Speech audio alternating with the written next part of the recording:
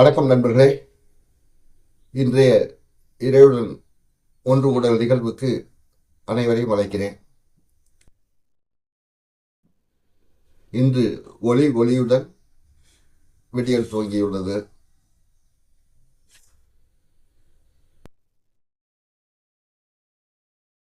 எந்த காரணத்துக்காக இந்த நிகழ்வை ஆரம்பிச்சாங்கங்கிறது தெரியல. ஆனால் இப்போ மிக ஒரு ஆடம்பரமான நிகழ்வாகிடுச்சு. இது ஒரே இறைச்சல் ஒளியோட இது ரொம்ப அதிகமாக இருக்கு. சிற்றுயிர்கள் எல்லாம் இந்த ஒடுங்கி பயந்து ஒழிஞ்சிருக்கு.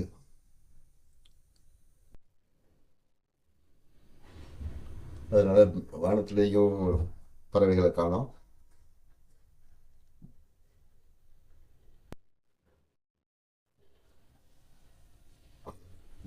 நிகழ்காலம் நிகழ்காலத்தில் இருக்கிறது அப்படிங்கிறது இப்போ நம்ம இந்த சத்தங்களுக்கு இடையில தான் இருக்க வேண்டியிருக்கு. இதை நம்ம மனதில் இது ஒரு தொல்லையாக நினைச்சோம்னா அது மிக துன்பத்தை கொடுக்கும். ஒரே மாதிரி அந்த இறைச்சல் நமக்கு தாங்க முடியாத விளைவுகளை கொடுக்கும். ஆனால் அதே நேரத்தில் சத்தங்களுக்கு இடையில் உள்ள அமைதியை கவனித்து பழகுங்க. கவனிக்கும் போது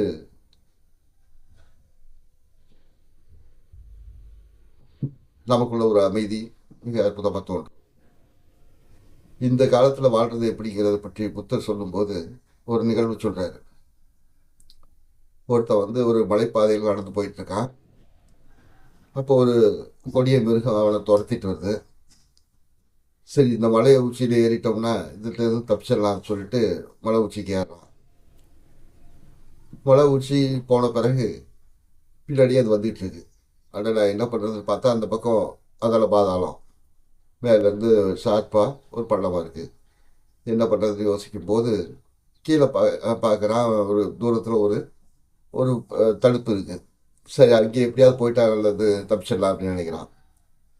சரி அப்படின்னு சொல்லிட்டு அந்த இங்கே தொங்கிக்கிட்டு இருந்த ஒரு கொடியை, திராட்சை கொடியை பிடிச்சி அப்படியே இறக்கி அந்த இடத்துக்கு போக போகிறான்.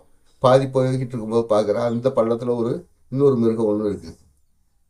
அடடா, என்னடா இப்படி ஆயிடுச்சு, சரி தொங்கிக்கிட்டு இருந்தாவா தப்பிச்சுக்கலாம் அப்படின்னு நினச்சிட்டு தொங்கிக்கிட்டு இருக்கான். அப்போ பார்த்தா மேலே ஒரு பெரிய மலை அடி இவன் தொங்கிக்கிட்டு இருக்க இதை கடிச்சிக்கிட்டு இருக்கான். இந்த சூழல்களில் அவன் இருக்கான். அப்போ அந்த பக்கத்தில் பார்க்குறான், ஒரு திராட்சை கொடியில் அந்த பழம் பழுத்துருக்கு. இவன் நிதானமாக அதை பறித்து சாப்பிட்டுட்டு இருந்தாங்க, சாப்பிட ஆரம்பிச்சானான். இந்த நிலையில தான் இப்போ வாழணும் அப்படிங்கிறாரு இந்த உலகத்தில். அவர் காலத்திலேயே இந்த நிலையம். இப்போ எப்படி பார்த்துங்க. ஏன்னா நம்ம இப்போ சூழலில் எதை எதிர்த்து உடனே மாற்ற முடியாத சூழல். தவறு என்று தெரிந்தும் அதை வீம்புக்கு செஞ்சுக்கிட்டு இருக்க கூட்டம் தான் நிறைய இருக்காங்க, நிறைய விஷயங்களை. அப்போ இந்த சூழலில் நம்ம நிம்மதியாக வாழணும்னா நம்ம இருக்கிற வாய்ப்புகளை பயன்படுத்தி அமைதியாக நிம்மதியாக இருந்து பழகணும். நம்ம மன அமைதி குன்றாத அளவுக்கு இருந்து பழகணும். கொஞ்சம் இடைவெளி விட்டோம்னு வச்சுக்கோங்களேன், அந்த எண்ணங்களுக்கு நம்மளை இழுத்துட்டு போயிடும். அது இல்லாமல் நிகழ்காலத்தில் வாழ பழகிறது தான் அவேர்னஸ் சொல்லுவாங்க. அதை விழிப்புணர்வு அப்படின்னு. இந்த விழிப்புணர்வு எல்லாருக்கும் சாத்தியமாகட்டும். நல்லது. நம்ம இன்றைய இரையாற்றல் பகுதியில் ஆரம்பிக்கலாம். மென்மையாக கண்களை மூடிக்குங்க. இயல்பாக அமைதியாக மருத்துவர்கள் வாங்கிக்கிற கொடுக்குற மனநிலையில் இருங்க. துவக்கலாம்.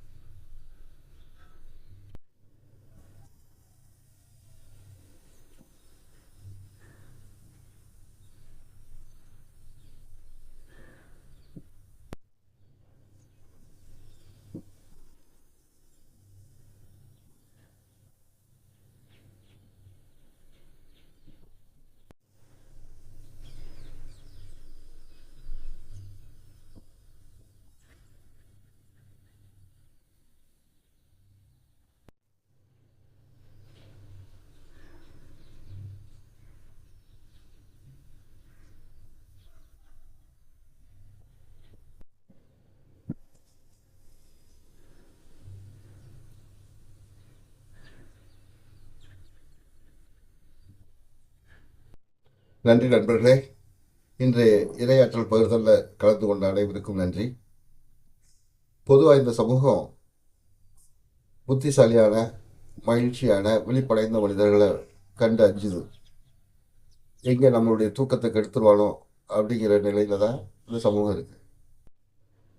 ஆனால் நம்ம விழிப்புல மகிழ்ச்சியாக வாழணும் முடிவு பண்ணிட்டோம்னு வச்சுக்கோங்களேன், நம்மளை யாராலும் தடுக்க முடியாது. இந்த உலகத்தில் வாழ்வதற்கு எவ்வளோ அற்புதமான அருமையான வாய்ப்புகளை இரையாற்றல் கொடுத்துருக்கு. நம்முடைய கவனம் எதன் மேலே போகுது அப்படிங்கிறத விஷயம்.